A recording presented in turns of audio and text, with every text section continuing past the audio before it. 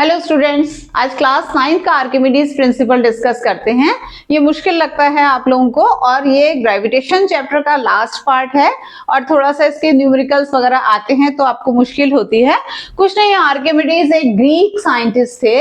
उन्होंने क्या किया था कि उनको उनके राजा ने बोला कि उनको एक गोल्ड क्राउन की प्योरिटी जाननी है और अगर आप नहीं बताओगे तो आपको पनिशमेंट मिलेगा। तो इसके लिए वो बहुत परेशान हो गए। फिर वो बाथटब में बैठे और कुछ पानी बाहर आया तो उन्हें एकदम से समझ में आ गया और वो यूरेका यूरेका कहते हुए ऐसे ही दौड़े। तो बहुत फेमस स्टोरी है। तो इसमें आपको मैं हमारा जो पर्पस है बताने का कि आर्किमिडीज प्रिंसिपल क्या है, कैसे इसको स्टेट करते हैं। स्टेट करना आता है, आसान है, मुश्किल नहीं है। तो स्टेट करने के लिए आपका आता है, तो स्टेट क्या है? When an object is immersed in a fluid fully or partially,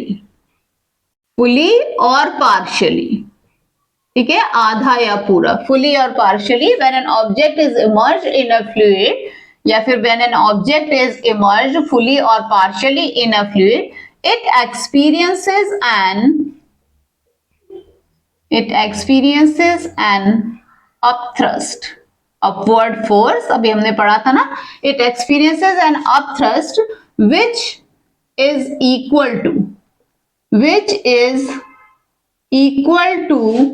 the weight of displaced fluid। ये चीज बहुत important, the weight of displaced fluid, volume नहीं, weight of displaced fluid, ठीक है, weight of displaced fluid। तो when an object is immersed fully or partially in a fluid, it experiences an upthrust, an upward force that is called upthrust, जरूर करेगा, ठीक है, upthrust that is equal to the weight of displaced fluid, ठीक है। तो आपको अगर ये रहा, ठीक है, आपको एक इरेगुलर शेप का अगर आपको वॉल्यूम फाइंड करना है, आपने इसको धागे में बांधा और फिर क्या हुआ, धागे में बांधा और इसमें डाला तो इसके वॉल्यूम के बराबर पानी यहां गिर जाएगा ना। और अगर ये कोई एक ऑब्जेक्ट इतना ही डूब रहा है तो इतने वॉल्यूम के बराबर पानी बाहर जाएगा, ठीक है।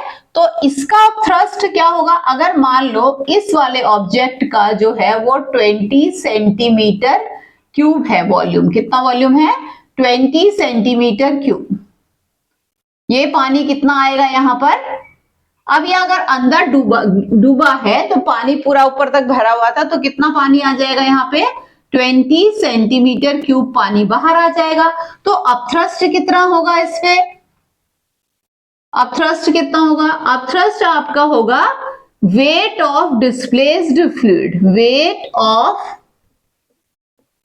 Displaced fluid. तो ये आपने, ये एक लाइन में आर्किमिडीज प्रिंसिपल, वेट आपका एक तरह का फोर्स है, that is equal to m into जी, ठीक है।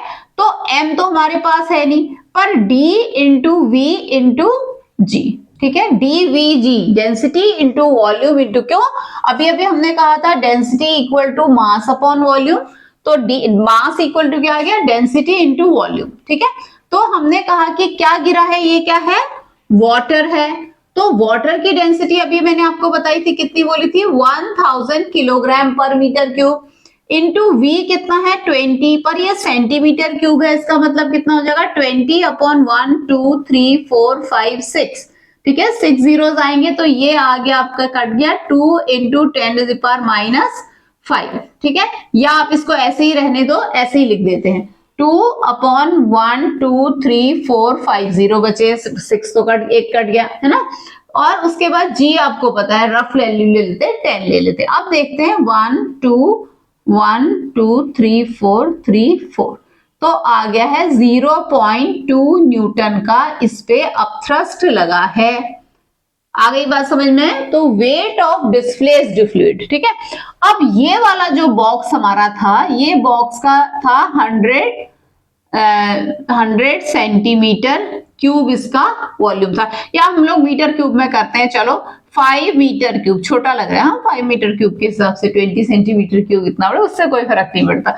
ये 5 मीटर क्यूब का इसका वॉल्यूम था, और इसका जो ये हुआ ना, जो ये इमर्ज हुआ है, ये वाला ऑब्जेक्ट 5 मीटर क्यूब पर जो इमर्ज हुआ है वो हुआ है समझ लो 1.5 मीटर क्यूब। तो इस पर अपथ्रस्ट कितना लगेगा? इस पर अपथ्रस्ट वही लगेगा, वेट ऑफ डिस्प्लेस्ड फ्लूइड, है ना, डिस्प्लेस्ड फ्लूइड या वाटर है हमारा यहाँ पे।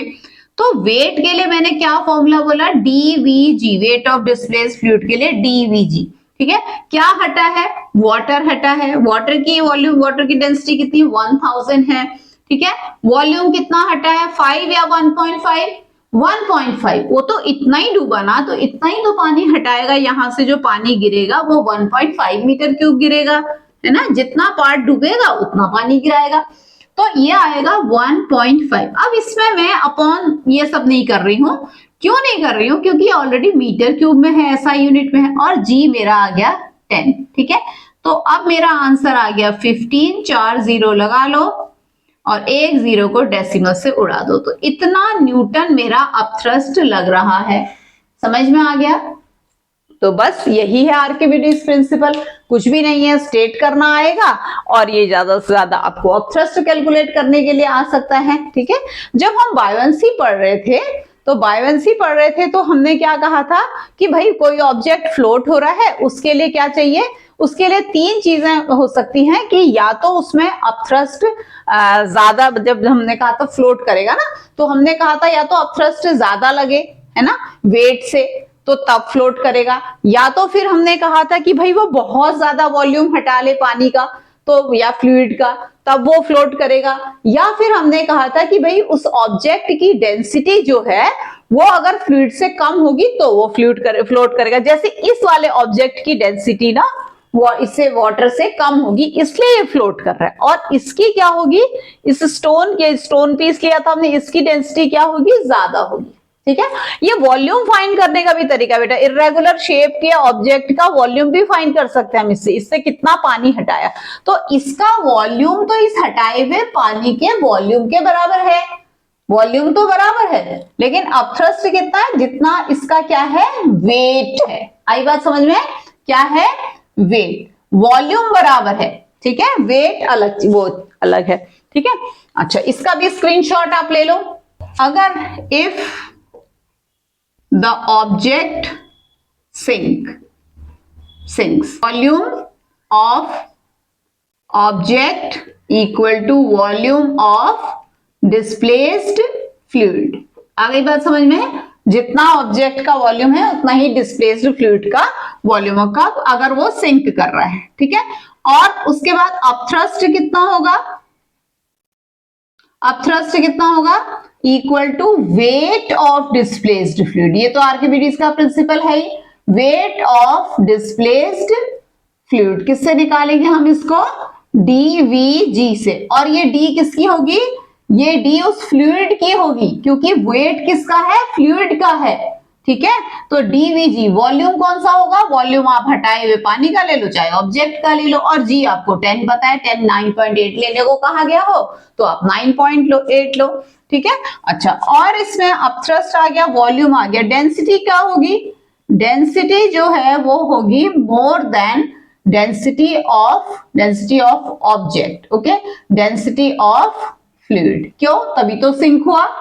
ठीक है, अच्छा, if the object floats, if the object floats, ये मैं आर्किमिडीज प्रिंसिपल के कंटेक्स्ट में बात कर रही हूं। ठीक है, इफ द ऑब्जेक्ट फ्लोट्स, ठीक है, तो फिर क्या करेंगे? हमारा क्या होना चाहिए? वॉल्यूम ऑफ डिस्प्लेस्ड फ्लूइड कितना होगा? Volume of displaced fluid equal to volume of part immersed. आ गई बात समझ में? तो यहां पर हम वॉल्यूम नहीं निकाल सकते हैं, जैसे हम यहाँ पे तो जो सिंक हो रहा है उस ऑब्जेक्ट का वॉल्यूम भी हम डिस्प्लेस्ड फ्लूइड से निकाल सकते थे, यहाँ नहीं निकाल सकते हैं। यहाँ हम सिर्फ निकाल सकते हैं कि जितना पार्ट इमर्ज हुआ है उसका। ठीक है, और इसमें जो अपथ्रस्ट होगा वो कितना होगा? वो तो वही होगा, वो होगा वेट ऑफ डिस्प्लेस्ड फ्लूइड, ठीक है। और अगर डेंसिटी की बात करें तो density is less than, density object density is less than fluid density, है ना, डेंसिटी, ठीक है। आप इसका भी स्क्रीनशॉट ले लो। तो आर्किमिडीज प्रिंसिपल के एप्लीकेशन पे आ जाते हैं। क्या क्या एप्लीकेशन है? एक तो आर्किमिडीज प्रिंसिपल ये बताता है कि अपथ्रस्ट कितना लग रहा है किसी भी ऑब्जेक्ट पे। दूसरी चीज ये बता सकता है कि लिक्विड्स की डेंसिटी फाइंड कर सकते हैं कि लिक्विड्स की डेंसिटी के लिए हमें हमारे एक इंस्ट्रूमेंट है हाइड्रोमीटर, जो कि किस चीज पे वर्क करता है? आर्किमिडीज प्रिंसिपल पे वर्क करता है। और इसके अलावा आर्किमिडीज प्रिंसिपल जो है वो आपका मिल्क की प्योरिटी के लिए भी यूज होता है, मिल्क की प्योरिटी फाइंड करने के लिए, तो वहां पे हम लोग लैक्टोमीटर यूज करते हैं, ठीक है। तो इस तरह से आर्किमिडीज प्रिंसिपल के बहुत सारे एप्लीकेशंस हैं। तो डेंसिटी, और इसके अलावा हम रिलेटिव डेंसिटी भी फाइंड कर सकते हैं। तो रिलेटिव डेंसिटी क्या होती है? रिलेटिव डेंसिटी ना एक तरह का रेशियो है। रिलेटिव डेंसिटी आपका होता है density of object, density of substance upon density of water, ठीक है। तो इसकी ना कोई यूनिट नहीं होती है क्योंकि ये एक रेशियो है, ठीक है। अब इसका एक क्वेश्चन कर लेते हैं। क्वेश्चन ये है कि आपका 300 सेंटीमीटर क्यूब का एक ऑब्जेक्ट है, जो क्या हो गया है, ऑब्जेक्ट है जिसकी डेंसिटी जो है, डेंसिटी ये हमें वॉल्यूम दे रखा है, डेंसिटी मुझे दे रखी है 2500 किलोग्राम पर मीटर क्यूब, जिससे ये बना हुआ है ऑब्जेक्ट, उसकी डेंसिटी 2500 किलोग्राम पर मीटर क्यूब है। तो हमने निकालना है कि अपथ्रस्ट इस पे कितना लग रहा है, अपथ्रस्ट कितना लग रहा है। तो सबसे पहले तो हमें डेंसिटी ऑफ वाटर भी दी हुई है, डेंसिटी ऑफ वाटर जो है वो है 1000 किलोग्राम पर मीटर क्यूब। तो हम बोलेंगे density of object is more than density of water, this implies it will sink, okay, it will sink, ठीक है। तो फिर जब सिंक होगा तो हम क्या करेंगे, वॉल्यूम ऑफ डिस्प्लेस्ड वाटर निकालेंगे। वॉल्यूम ऑफ डिस्प्लेस्ड वाटर क्या हो जाएगा, ये 300 सेंटीमीटर क्यूब, 3000 लिख दिया 300 सेंटीमीटर क्यूब। अब इसको हम कन्वर्ट कर लेते 300 अपॉन 1 2 3 4 5 6 इतना मीटर क्यूब, कैलकुलेशन के लिए जरूरी है ना मीटर क्यूब में करना, ठीक है। अब हम निकालते हैं इस पे अपथ्रस्ट कितना लग रहा है। अपथ्रस्ट इक्वल टू क्या होगा, अपथ्रस्ट इक्वल टू dVg, मैंने बोला था डेंसिटी ऑफ वाटर लगेगी, ये ध्यान में रखना बिल्कुल। डेंसिटी ऑफ वाटर 1000 है, क्यों लगेगी, क्योंकि डिस्प्लेस्ड फ्लूइड की, और पानी में डुबाया है तो पानी हटाएगा कितना, अपने वॉल्यूम के बराबर। तो इंटू 300 अपॉन 1 2 3 4 5 6 इंटू 10, तो 1 2 3 1 2 3 0 कट गए, 1 2 3 1 2 3, तो कितना अपथ्रस्ट लगा, 3 न्यूटन का अपथ्रस्ट लगा, ठीक है। अगर मेरा क्वेश्चन होता कि 500 सेंटीमीटर क्यूब वाला ऑब्जेक्ट जो है वो क्या हो रहा है, हाफ इमर्ज्ड हो रहा है, हाफ इमर्ज्ड, ठीक है, क्यूब है, ये क्यूब है और ये हाफ इमर्ज्ड हो रहा है। तो अब ये कितना वो करेगा, कितना अपथ्रस्ट इस पे लगेगा, ये फ्लोट हो रहा है, हाफ इमर्ज्ड मतलब फ्लोट हो रहा है, तो अपथ्रस्ट कितना लगेगा, वेट ऑफ डिस्प्लेस्ड वाटर यानी कि dVg। तो d कितना है, डेंसिटी तो हमें किसकी लेनी है, वाटर की, तो ये आ गई 1000। वॉल्यूम कितना आ गया, 500 अपॉन 2 इंटू 1 2 3 4 5 6 मीटर क्यूब में कन्वर्ट करने के लिए कर रही हूं मैं। 2 क्यों किया, क्योंकि उसने बोला हाफ इमर्ज हुआ है, इसका मतलब जितना इतना ही पानी हटाएगा, इंटू 10, 1 2 3 1 2 3 4 5 6 4 5 6, तो कितना आ गया 2.5 न्यूटन का इसमें अपथ्रस्ट लगा, ठीक है। और रिलेटिव डेंसिटी के क्वेश्चंस तो बहुत ही आसान है, उसमें आपको डेंसिटी आपको सब्सटेंस की दी हुई है। मान लो आयरन का अगर हमने निकालना है, मान लो हमने एक ऑब्जेक्ट का निकालना है जिसकी 19,800 आपकी वो है डेंसिटी है और क्या किलोग्राम पर मीटर क्यूब, और ये आ गया आपका 1000 किलोग्राम पर मीटर क्यूब। तो ये तो कट गई यूनिट, 1 कितना आ गया है 19.8, कोई रेशियो नहीं होगा। तो ये 3 तरह के क्वेश्चन आपके हो गए हैं। तो आर्किमिडीज प्रिंसिपल हो गया और बिल्कुल एकदम बहुत आसान लगा होगा आपको, कोई मुश्किल नहीं है, नाम से थोड़ा सा लगता है बहुत मुश्किल है, कोई मुश्किल नहीं है। ठीक है, अगर आपको कोई भी डाउट है तो आप जरूर मुझसे पूछिए और लाइक कीजिए, शेयर कीजिए, सब्सक्राइब कीजिए। आगे और भी मैं वीडियोस लेकर के आती रहूंगी। Thank you.